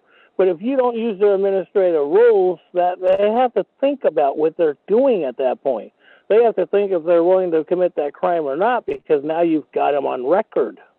Right. And the record is the audio tape, and that's the master that's holding involved. See, everybody knows that there's always going to be a master tape, and why that master tape is there. You know why the master tape is there, Ed? Because the government changes its positions with people so many times. That's right. They got to know how they cheated you. Mm-hmm. Or they're going to blow everything up. And see, once you've got that system on them, you caught them. Right, and then that's how they go back and train the cops and the lawyers, so that way they can cheat you instead of you cheating them, is what they try to do. Right, see, so that's got a problem, so you just turn it around on them every time. Mm-hmm. You turn everything around on them, Ed. See, that's all you have to do. And if someone's charging you with something, don't defend yourself right away. Let them bring the full charge out, and then you defend yourself. That's right. You don't go run into that maze with them that they talk about this, and this. Like, if you're walking... Oh, yeah. No, you want their evidence to use against them. What you got, use on me. And then after that, I'll tell you what I got. And we don't need... and you don't need discovery yet. What do you need discovery for? If they already got a crime on you and they're arresting you, what's discovery for? But to let them get people in place that they can jam you with and put those people and train them on what to say and what to do. Right. No, I got you. So in other words, you got to know that game. And even when you're talking on the phone, the best place is the phone. But remember not to say everything that's correct, because they're taping everything and they don't know what you're saying is right and what you're saying is made up. So you can always them that way. You know what I mean, Ed? Oh, no, I got you. If you're saying something that's out there and you just want to, you base your truth sentence on fraud sentences too, because they can't, if they tape you, they can't use it all, because some of the stuff will never happen. Right. So why are they taping you?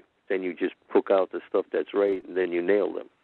I mean, no, that's the whole point, and that's the whole point about these conversations, so that way we're educating each other. And people are slowly getting it more and more because of the way we're talking and discussing this, so they can start talking like you're talking in a restaurant or a coffee shop or whatever, a bar, whatever you want to do, but you're basically hitting the key points of the issue. And basically, when you keep up, what you only go to law school for is to bring up big words, Like I learned when I was 4 or 5. My grandfather was a real smart guy. I'm not saying he's the best guy in the world. He told me not to be like him because he was off the wall too, He liked me, so he took care of me. So, but basically, he'd tell you, if you see a word in a paragraph and it's so big you don't know what it is, read the paragraph and you'll know what the word is. Then you can go look it up in the dictionary after that, because that big word is based on what's being said in that paragraph. So basically, you don't have to be a genius to get out there. You just got to know what you're doing and then check up on it and read it.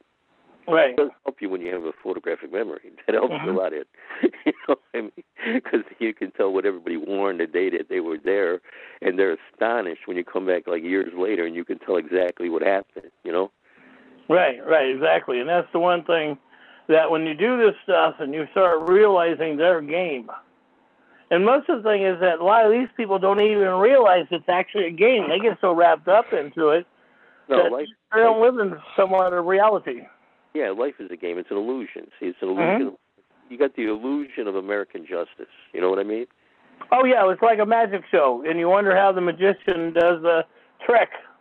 So in other words, you watch one hand and he's doing it with the other hand. Right. Your job is to watch both hands and his legs and his arms and everything else and pick up what you can on them. And basically, they'll all say some kind of phrase that hurts them during every conversation. Like, in other words, they're saying Trump is turning around the system. This thing is really out of whack. Everything. That's because they're losing their way of life, the way they cheated you, the way they did for their families, their nepotism. Right. And you're watching why the Democrats and Republicans are bailing right now.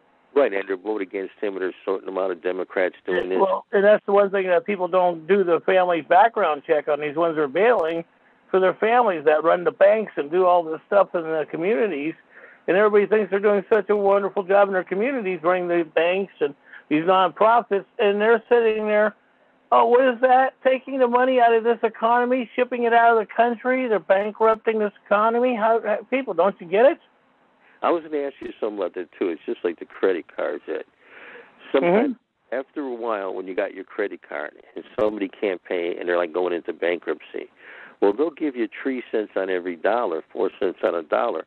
There's no company in the world that can do that and not go bankrupt. That means they never gave you that dollar. And they're making money on your 4 cents. See, they're just getting what they could off you. It's just logical. I mean, how could anybody give you credit and then come back and say, give me a nickel on that dollar, or the government can settle your taxes for $30,000. You know what I mean? Oh, yeah, no, it's like a lady I know, she did a bankruptcy, and the judge actually put their home into bankruptcy, but she didn't file on it correctly. Right. She didn't get what the judge actually did because she proved the fraud, so the judge gave her their home basically as, here you go, here's her amends. Well, and she didn't get it. I know a lady that did that too, Ed. Listen to this. She put her house in trust, right? Mm-hmm. And she trusted the bank, okay, to hold it. Now, that was all her money. Say the house is worth $250,000, okay? Right. So she goes there and takes $50,000 out.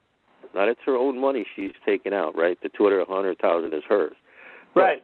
But she put it in trust. When she's going back to get more money, they're telling her to pay that $50,000 first before they give her her house back.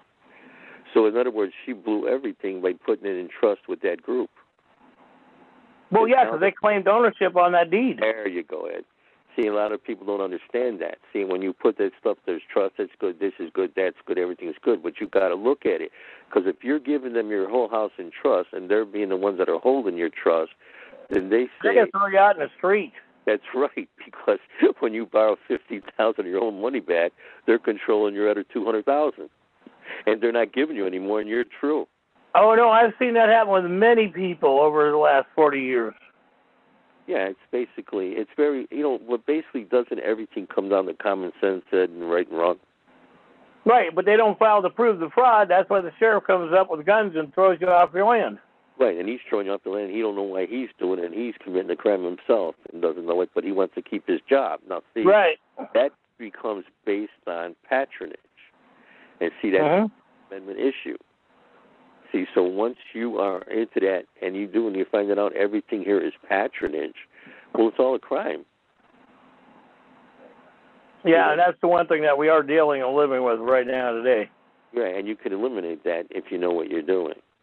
Well, that's the whole point about doing this education stuff back and forth and putting this stuff up and putting the filings and doing this stuff because we're all learning as we're going along as well. Yeah, and it's very simple. It's nothing to this task. You know what I mean? It's you can handle this with ease if you really want to. So basically, they just don't see it because they're afraid of going into this and that because they think it's above their task.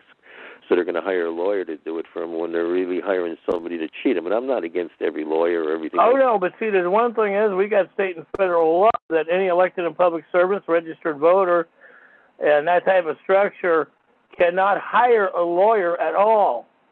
All county commissions and all that have to legally defend themselves personally, or man or woman, in the court. They cannot hire anybody to represent them. No, because see, that's what happened at the end. See, you see these cases where a guy is going to jail. Say you watch even Perry Mason or something like that, and people think that watching TV or Matlock. Did you always notice that the lawyer stands up with you at the end? He's you, but he goes home. You go to jail. Yeah, no, I know that. That's the one thing that people don't comprehend that one. Yeah, people don't comprehend that. And then here's another thing. Say you're asking for your tape, okay? Mm-hmm. If you go to the Supreme Court and you say, I'd like to get my tape, they'll say, well, we don't have to rule on that because you can get it anywhere. But then when you go out to your regular court, they tell you we don't have any.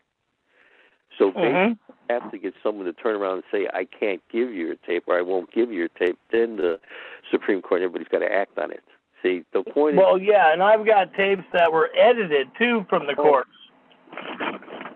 Yeah, and basically, you know what else is really good out there that I look and I watch at is these people actually say they're fighting one another when they're the best of friends and they both got the same idea. Like, well, that's why they go home and sleep with each other. That's why they pass things back in the back room. And you know what happens then? The person goes to work because he's got to work to support his family. He can't do it. He's got to bet on these people. So he sends all his information to a guy who's supposed to be fighting the mayor or somebody like that when he's really his best friend. Mm-hmm. Think about it. They're their best friend. So like. Oh, no, I know that because I live in a small community, so I've watched it for 30 years here. Mm-hmm. I mean, it's a wonder that these people make me not understand why they can't get that right away. Mm-hmm. It's hard for me to contemplate why they can't catch this right away. See, like, somebody says, well, they have a big argument in City Hall and all that stuff. They're arguing the aldermen and this and that when they're both on the same side. Mm-hmm. They just do that to make the people feel like they got somewhere to send their stuff to, Because it's just like the FBI. How can the FBI pick and choose what case to handle and what case not to handle? That's right. They're supposed to save everybody's rights. You know what I'm saying? That's right. But they got all these letters, regular letters written up. They send them out to you no matter what. You could have a picture of somebody shooting somebody, and if nobody brings that to task to them, really holds them to their, they're going to say it's not enough evidence, And see, basically, Ed, they try to say that everybody in the FBI is not a bad person. Well, I'm not saying they're all bad. I'm not saying that about any public employee, as you are, because we do have honorable elected and public servants and servants out there. You do, Ed, but you can't say they're honorable because at the bottom, they all take an oath to you, the public, okay? So basically, let's base it on this way. If they're afraid of losing their job or not supporting their family, then basically they are not honorable. Even if they're not committing the crime, they're seeing it happen, and they're not... Oh, no, I'm not disagreeing with you on that one. Go ahead. So they're not standing fast on their oath, so you can't say, well, basically, when you hear the newscasters say they're all good people out there and they're great and they're not doing nothing. That's not true, Ed. Because no, I know, but there are a few, because I've got videos of, sheriffs and stuff where people try to go after people about showing ID and stuff like that, even in the airports and stuff. And the sheriff deputy goes, you can't do that, and if you keep it up, I'm going to arrest you. Sure, but then when they're taking off that case or a judge is taking off that tries to be honorable, they just switch them around. You know how that goes because they're too implemented in the power that be. And you don't hate them because that's just the reason that they're there for, but there are ways to turn it around. But these people seem to contemplate that. I don't know. And that's the one thing that people have to comprehend. That's fact. Yeah, you got to comprehend the fact that everything is believable, unbelievable, not believable. But when you're going into a case, you can't talk like I had a guy told me when I was a kid. His name was Sherman Skolnick. I don't know if you ever heard of him. But Skolnick was a guy, and in order to get a show on public broadcasting TV, he wanted me to go on his show one time. I said, well, I can't do that because you know what the deal is. And he says, yeah. He knows the truth on everything, but he's got to say some stuff out there that makes him look like a gadfly, or he can't get the show. There's got to be a debate on whether he's really real or not. I'm glad you use that term gadfly, because I've had the newspaper write that about me. Yeah, right. See, and I have a friend of mine who's a news reporter, an attorney that was a news reporter. He's going, oh, no, gadflies are, that's what they call them on the East Coast, people that...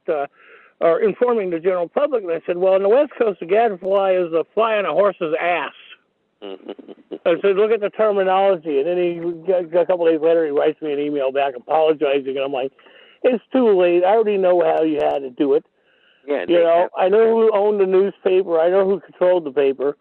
And so when we brought out some very factual stuff on the fishing industry and the rights of fish without licenses and stuff, basically he got shipped off to what some people would call Siberia. Right. You know, he got fired from the newspaper, and so they found him a job in a very snowy, cold, one of the coldest places in the United States. Right. That's how it works. See, it does work that way. That's a fact. Because they're empowered when they don't realize that the people at the bottom of the FBI and the people 3/4 down can overturn the FBI and do things correctly, but they're afraid to take a shot at it, you know? Yeah. See, fear is what's based on everything. Like Roosevelt said, no, we only have fear is only fear itself, you know what I mean? So the point is when you're not afraid, you just tell it like it is, and then they start getting afraid because they don't know how to answer you. Oh yeah, no, I know that one personally myself. Yeah. So basically, what you've got to do is keep your sanity and just talk about the things that you can basically prove, not stuff that's way out there. We're on the same page, and that's the one thing that when people write their affidavits, you got to make sure that everything that you put in an affidavit is factual, because if not, you will end up going to jail. Right, and you got to watch so they don't forge the affidavit or forge anything, because they're comprehensible of forging anything. But there's ways you can take care of that. Oh, and then also, too, one of the ways to do it is always write 3 of them, have one autographed and turn it into them, but make sure that they turn back to you certified copy, one of them back to you with not a copy. You want the original, not a copy. You want an original stamp of theirs on your paperwork. But you know what? When you got that first one out there, and it's just like what makes you laugh in court, like they give you the transcripts. That's the original. How can that be the original when someone's typing it off the tape? And how do you know what they're typing? Because of the way that, if you ever done court reporting, if you don't comprehend what they're putting on that paperwork, you don't know unless they translate it to you. And they're honorable when they do that. And most court reporters don't translate it correctly. Right. And basically, not only is it not transferred, but I've seen court reporters where the plug was not even in their machine and they were there. Oh, yeah, I've seen it too. I was laughing. I couldn't stop laughing at that stuff. It's not humorous because it's hurting people, but it's humorous that everybody buys all this stuff. I don't know, like what W.C. Fields say, a sucker's born every day or something, every hour. Yeah, no, that's the one thing that people don't get. We're suckers born every day when it comes to even buying stuff at the store. Yeah, it's just like when you see John Wayne coming in his airplane late at night on Turner Classic Movie. See, a lot of it's before my time, but you can learn a lot from this stuff. And a lot of old people's sentences and sayings that they say to you are true when you take them sayings apart. So basically, there's more in the sayings than anything else. See, I mean, so in other words, you can just about figure anything out through what's said in the paper. And I've read some columns from some good reporters that will tell you what's going on, but everything is between the lines. It's like hidden. It's like in cryptograph, you know what I mean? So they're telling you the truth, but they're not telling it to you in the way they're saying it there. You've got to make it out from what they say. You know what I mean, Ed? Oh, yeah, no, I get you. And that's the one thing that when you read the transcripts and stuff, you have to think about it 3, 4, or 5 times.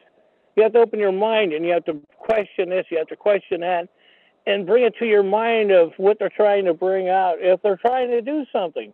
Because that's how you stay 1, 2, or 3 steps ahead of them. Oh, yeah, definitely. You've got to stay at least 5, 6 steps.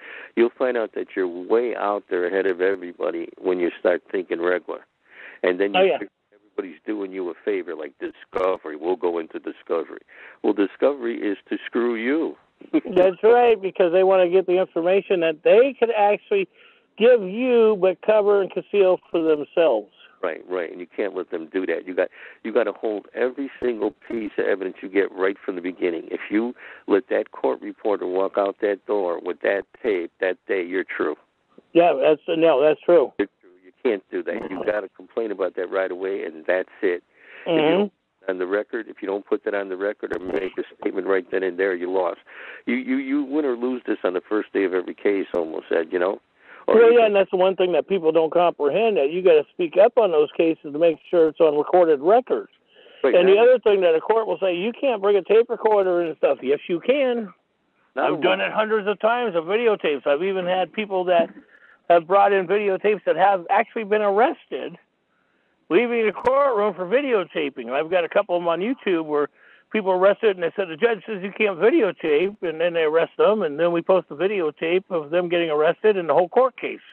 Right. Everything. And I tell the judge off in the court case, but they didn't want that to be publicly known what was going on.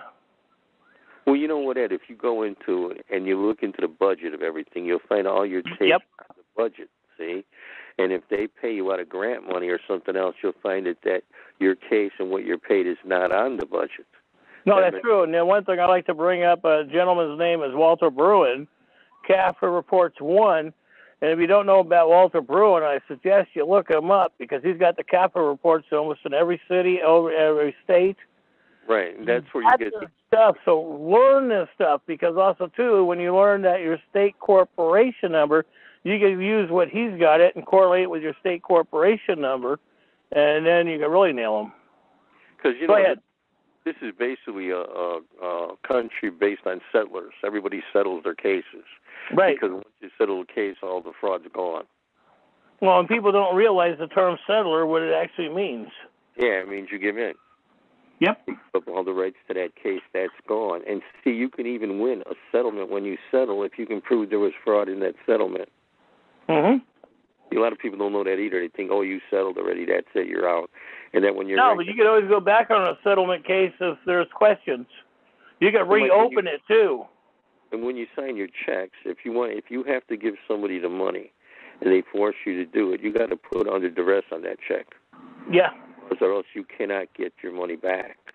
And that I learned at 10. You know, so I was really up in the game. And then you could really watch these people as they're doing this, you know. So basically, you could actually tell when you're in school, grammar school, how your teachers are talking, if they had a bad day, and what they're teaching you that day because they're teaching you something that's not proper because they're just hard that day. They're mad that day. They're their wife. So you've got to study from the book. You've got to have your own reasoning power, and you've got to understand what is said. Once you do that, then you can upset the cart on everybody. Well, and that's the whole point of doing that, to be 1 step, 5 steps, 8 steps ahead of them. But see, this is the point, people. You got to open your minds to do this. You can't sit there and go that somebody else is going to do it for you, because if somebody else does it for you, how do you know that you're not going to end up in the other position like so many people have ended up in jail and all this stuff? That's how they go to their debt. That's how they go to electric chair. That's how they go to jail, because they don't watch the basic things that are happening to them. They don't watch the basic things that are happening to them. You know what I mean? Oh, yeah, that's how people end up in fraud cases when they're filing illegal liens. Well, see, when you do that, the best way to do that is to let the fraud go by a little bit, but hold the record of the fraud. Right. When they're pushing that record, they're going to keep on frauding and frauding and frauding, and then you come in and bingo, they can't answer that thing. That means all the fraud is mixed up with that. Everybody's in on it. The longer you wait, the longer you let them fraud, the more rope you give them, the more they hang themselves. And that even comes, don't forget, the clerk has to file your paperwork, and it doesn't matter, and this is what they say, well, the clerk doesn't have to give you a receipt for it to say it's filed. That's wrong. Law says once you turn it in, it's filed. It's filed, no matter if you got a number on it. Like if you're in a Supreme Court, give you a number. Once you're in there, once you got that receipt that you sent it there, it's there. Mostly they won't give you a number, Ed, is when they want to eventually settle with you because they know they can't beat you. Well, yeah, that's what's going on right now, and a couple of things I'm dealing with. I'm doing these other things before I do what I possibly have to do. They want to open a settlement there. They don't want it filed, the number on that thing filed. Oh, yeah. Well, I mean, like I said, the one thing that I have done with all my filings, I've always filed them with the House and Senate public hearings and the financial committees, and it's all been filed with the Secretary of State. Like, you know, what's really funny is when everybody, I watch sometimes, you know, for a joke, I watch some of the hearings and stuff that's going on, and they all say, well, we stand by him. He's a perfect man. He did this. Well, he's one of them. I know. The guy at the corner store don't think crap of this guy. You know what I mean? But what are you telling me? And you're a phony. Because to get into any position there, you have to have something against you or they won't let you in. There is nobody that holds a job for life because they always got something on that person that can turn them around. Well, it's like McCain. How many things did he have on people? Oh, God. You know what I'm saying? Everybody has everything on everybody. You know what? It's the idea of getting through and say, hey, I can honestly say I got by all this, even if I'm not the greatest person in the world, because people don't cover up the records. So, in other words, what the records say is what you are. It's like Kennedy said. Remember Joe Kennedy? He says what people perceive you to be. He told me, it's not what you are. It's what they perceive you to be. So, you can handle that at any time. And, once you start picking up the traits, it's like in a poker game. Everybody's saying, watch for this. He picks up his eyebrow. He touches this. He touches that. Well, you know what, Ed? If everybody's in a card game, 99% of the time they're bluffing. Stay in the game because you'd rather lose your cards. See, if you lose with your cards, you're okay because that's what you're dealt. If you go along and think somebody's bluffing and you break away and do this and you lose money, you're no good for the rest of the game because you lost your heart. So basically, why would you care what somebody's doing or pulling their ear or doing this when you're dealing with the cards, and a bluffer will bluff 9 out of 10 times? Right, and that's the one thing that people got to pay attention to what's going on around them. They don't mention what's going around because I've stopped down to see other cases to see how they would cheat because you sit back and you watch.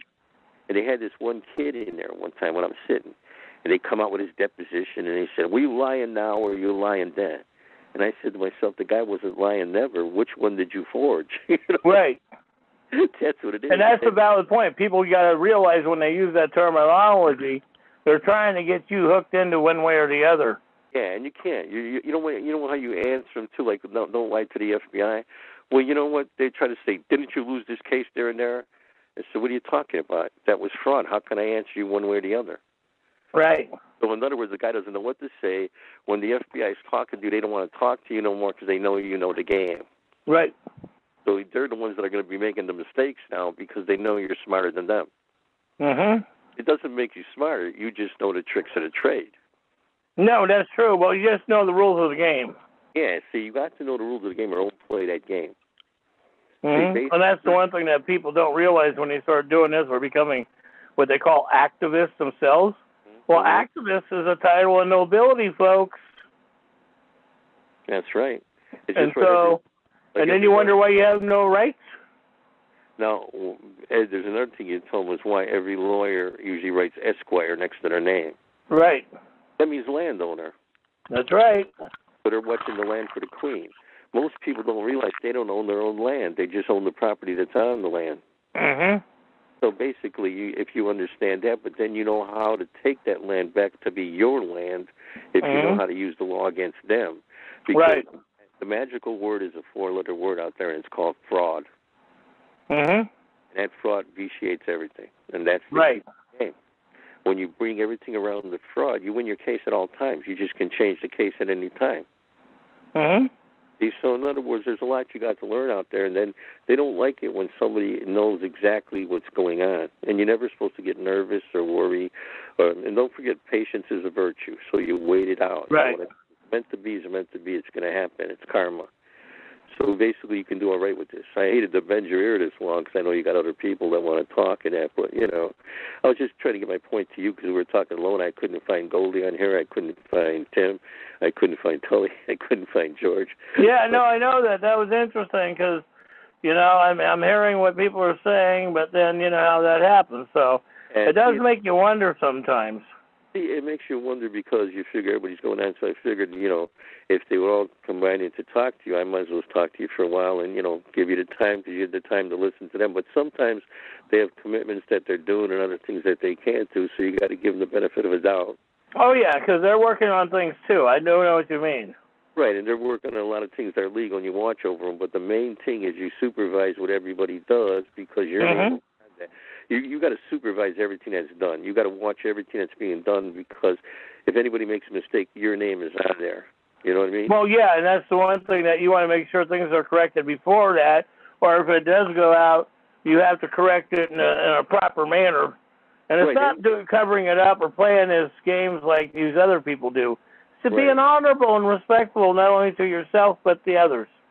Right, and basically when you're a leader of an army or a good general, you don't want everybody to do it the way you do it. If they're good at what they do and they could win, let them go. Yeah, and give them the support too. Give him the support, and then when you win your part of the battle, you go and you coup de grace him after that. It's like Napoleon. If he didn't miss those 45,000 troops under Grouchy, it would have been a different system than the British system because he would have won. See, Grouchy did not listen. He obeyed the orders and just followed. When the Prussians came back, he could have caught him cutting across the mark. Well, you're going into history now. So basically, it's 1-2 seconds. You know what the basic thing in everything here is timing. Timing. Right. If you got that timing, if you're just born with that timing, that set of instinct, you got them. No, that's the whole point, and people don't get that. That's like with your paperwork. Timing is everything, and sometimes, you got something that holds you back when you're trying to file or do something. Maybe there's a reason. Well, you know what, Ed? I'll tell you one last thing I was going to tell you. I did a case when I was about 18. It isn't a case because I'm not a lawyer, but I just, for my ma. And they talk about writing all these briefs and all these laws, and they're using this and they're using that, Well, they wanted to take my ma out of the hospital on a Sunday, and they were bringing an ambulance, and they wanted to pay her, wanted to pay $900 at that time. So basically, I told them, wait a minute here. You didn't call me or ask me about this. The $900 I don't have to pay. You got to pay me because you lost my mother for 5 hours and didn't tell me. Right. So my brief just said you lost my mother, and I won the case in arbitration. Right. Where these guys are writing briefs that are taking them days and hours and weeks, you got to get right to the nitty-gritty of what it is. You lost my mother. That's the whole case. Right. You stole this. I didn't do that. All the other stuff you write, what has that got to do with anything? That's a fact. It's just the point, the smallest. And when you go to court, you bring in the most reliable guys you can count on, the best. You bring the most reliable guys in there that you can count on. The more is not better. The more makes more mistakes. Right. So in other words, you bring a couple of people in that can tell the truth, stick to what you're doing, and you got your case won almost every time. See, because it's just based on going in is right and wrong. You're right and wrong. The longer, remember they say justice delayed is justice denied. So then why would you have so much discovery and everything, Ed? Right. It's just to pay the lawyers and everybody else more money. Yeah, that's the one thing that people don't comprehend because it's all a scam when it comes down to it of how much money they can make off of you and how much money they can make off the corporation system. And not only that, Ed, you got to realize one other thing your people out there got to realize is who knows the case better than you? That's the other point. And if you know you're honest and you can do it, what do you need some other guy to talk for you for? Well, and that's the major point, too, right there is, I always tell people, you got to write your own case. People go, well, I need your help and I can't write your case because I don't know your case. Right, and you write. I can't sit there and interpret something in your case because then that becomes fraud itself. I'm not going to do that, not only to myself, but to somebody else. Also, doing that, Ed, too much long and having somebody else do it, there's too many chances of mistakes happening in that. Yeah. See, you can't have that. So you basically keep to the fact because, see, like what I was trying to tell you, like saying you lost my mother in a case, and that's my brief, just saying you lost my mother. Well, that's the main issue here is it ain't the issue of coming to pick my mother up in a limousine. It's that you were supposed to tell me where she's at, and you lost 5 hours. So well, anyhow, let's continue this a little later. We're going to get into the Third Amendment tomorrow night. I want to thank everybody for joining us this evening. And so we appreciate the commentary, and we'll get back to you on that. And that is the one thing that you're bringing up some valid points that people need to comprehend when you're going into court. It's knowing how to file. Read the federal rules of procedure. And then once you read the federal rules of procedure, you have the procedure that they want them to go by, not you. And then when you put the two together, then that way when you're writing a structure together, you get to comprehend what is right and wrong. This is one thing that this gentleman is informing you of. So, but with that, we're going to call it an evening. I'd like to thank everybody for joining us. May the Great Spirit protect you. May Mother feed you and help you out. And also, too, may the Creator protect your family. All participants are muted.